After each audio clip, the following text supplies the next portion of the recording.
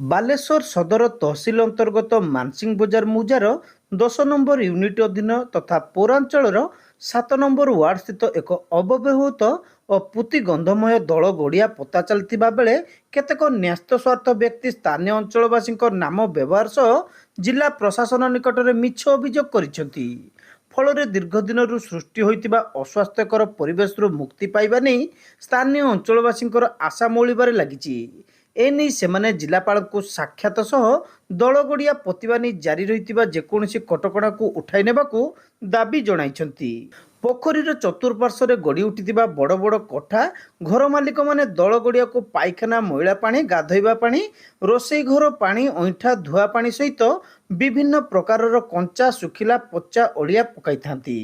ଏହାଦ୍ୱାରା ଦଳ ଗଡ଼ିଆରୁ ଦୁର୍ଗନ୍ଧ ସୃଷ୍ଟି ହେବା ସହ ସ୍ଥାନୀୟ ଅଞ୍ଚଳରେ ମଶାଙ୍କର ଉପଦ୍ରବ ବଢ଼ି ଚାଲିଛି। ସ୍ଥାନୀୟ ବାସିନ୍ଦାଙ୍କୁ ବିଭିନ୍ନ ରୋଗର ଭୟ ମଧ୍ୟ ସର୍ବଦା ରହୁଛି। ପଚା ଦଳଗଡ଼ିଆରୁ ଜୋକ, ସାପ ଭଳି ସରୀସୃପ ବାରମ୍ବାର ସେମାନଙ୍କ ଘର ମଧ୍ୟକୁ ପ୍ରବେଶ କରୁଛି। ଚତୁଃପାର୍ଶ୍ୱରେ ଉଚ୍ଚ ପକ୍କା ପାଚେରୀ ନିର୍ମାଣ ହୋଇନଥିବାରୁ ସମୟ ସମୟରେ ଗଡ଼ିଆ ମଧ୍ୟକୁ ଗୃହପାଳିତ ପଶୁ ପଶି ମୃତ୍ୟୁମୁଖରେ ପଡ଼ୁଛନ୍ତି। ଏଥିନିମନ୍ତେ ପଚା ଦଳଗଡ଼ିଆକୁ ପୋତିବା ନେଇ ଜମି ମାଲିକଙ୍କୁ ଅନୁରୋଧ କରାଯାଇଥିଲା। ସମ୍ପୃକ୍ତ ଗଡ଼ିଆ ପୋତା କାର୍ଯ୍ୟ ଦ୍ୱାରା ସ୍ଥାନୀୟ ବାସିନ୍ଦାଙ୍କ ଉପରେ କୌଣସି ପ୍ରକାରର କୁପ୍ରଭାବ ପଡ଼ିବାର ସମ୍ଭାବନା ନାହିଁ, ଅପରନ୍ତୁ ସେଠାରେ ଏକ ପ୍ରକାରର ସ୍ୱାସ୍ଥ୍ୟକର ପରିବେଶ ସୃଷ୍ଟି ହେବା ନେଇ ଆଶା ସଞ୍ଚାର ହୋଇଛି। ଏଣୁ ପ୍ରଶାସନ ପକ୍ଷରୁ ସମ୍ପୃକ୍ତ ଗଡ଼ିଆ ପୋତା କାର୍ଯ୍ୟରେ କୌଣସି ପ୍ରକାରର କଟକଣା ଜାରି ନ କରିବାକୁ ସେମାନେ ନିବେଦନ କରିଥିଲେ। ଏନେଇ ସେମାନେ ଏକ ସ୍ମାରକପତ୍ର ଜିଲ୍ଲାପାଳଙ୍କୁ ପ୍ରଦାନ କରିଥିଲେ। शेख जाकिर खान, शेख सुल्तान, शेख सतार, शेख इस्लाम, शेख जाहिर, राधाकांत बेहरा, खकन सिंह, गौरांग सेन, उमा जेना प्रमुखों सह स्थानीय अंचलर बहु बासिंदा स्मारकपत्र प्रदान बेले उपस्थित थिले।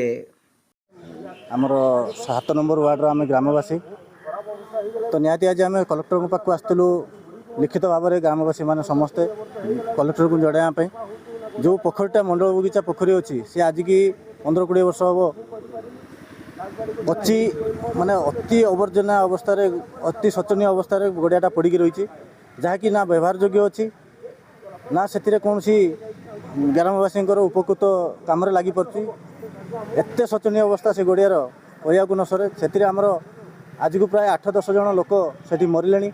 प्रत्येक दिन गोरु गाई कुकुर एमती गृहपालित पशु से मरुंच तो आम आखि नजर जी आस से पशु पक्षी को आम पशु मान गृहपालित पशु मान आम उद्धार करुँ किंतु जोटा नजर न आसुची से मरी पची से भासिला पर जो दुर्गंध से आम ग्रामवासी बिल्कुल माने रहिबा अवस्था ना जहाँकि सेठिकार परिवेश एत खराब हो गड़ियापाई आ गड़िया एत अलिया आवर्जना पड़ी जहाँकि आपण मैंने देखिले विश्वास करें। आज आम कलेक्टर को आसलु ये आम ग्रामवासी चाहूँ गड़ियाटा को पुति दि जाऊ कहीं जो परिवेश सृष्टि होती गड़ियापाई जी से गड़ियार जो अवस्था होती हे तो आम ग्रामवासी मैंने आगू को बहुत असुविधार सम्मुखीन हो जहाँकि माने जीवन हानि भी बहुत लोकंर आमर छुआ पिला भी घर छोट छोट अच्छा आम तो काम को पलू स्त्री लोक रंधा बढ़ा काम घरे व्यस्त रही पिला छुआ केतबेले आसिक गड़िया पड़ी जाऊँच आमर ये भाई भी जड़े अच्छा पिलाटे भी पड़ी जाता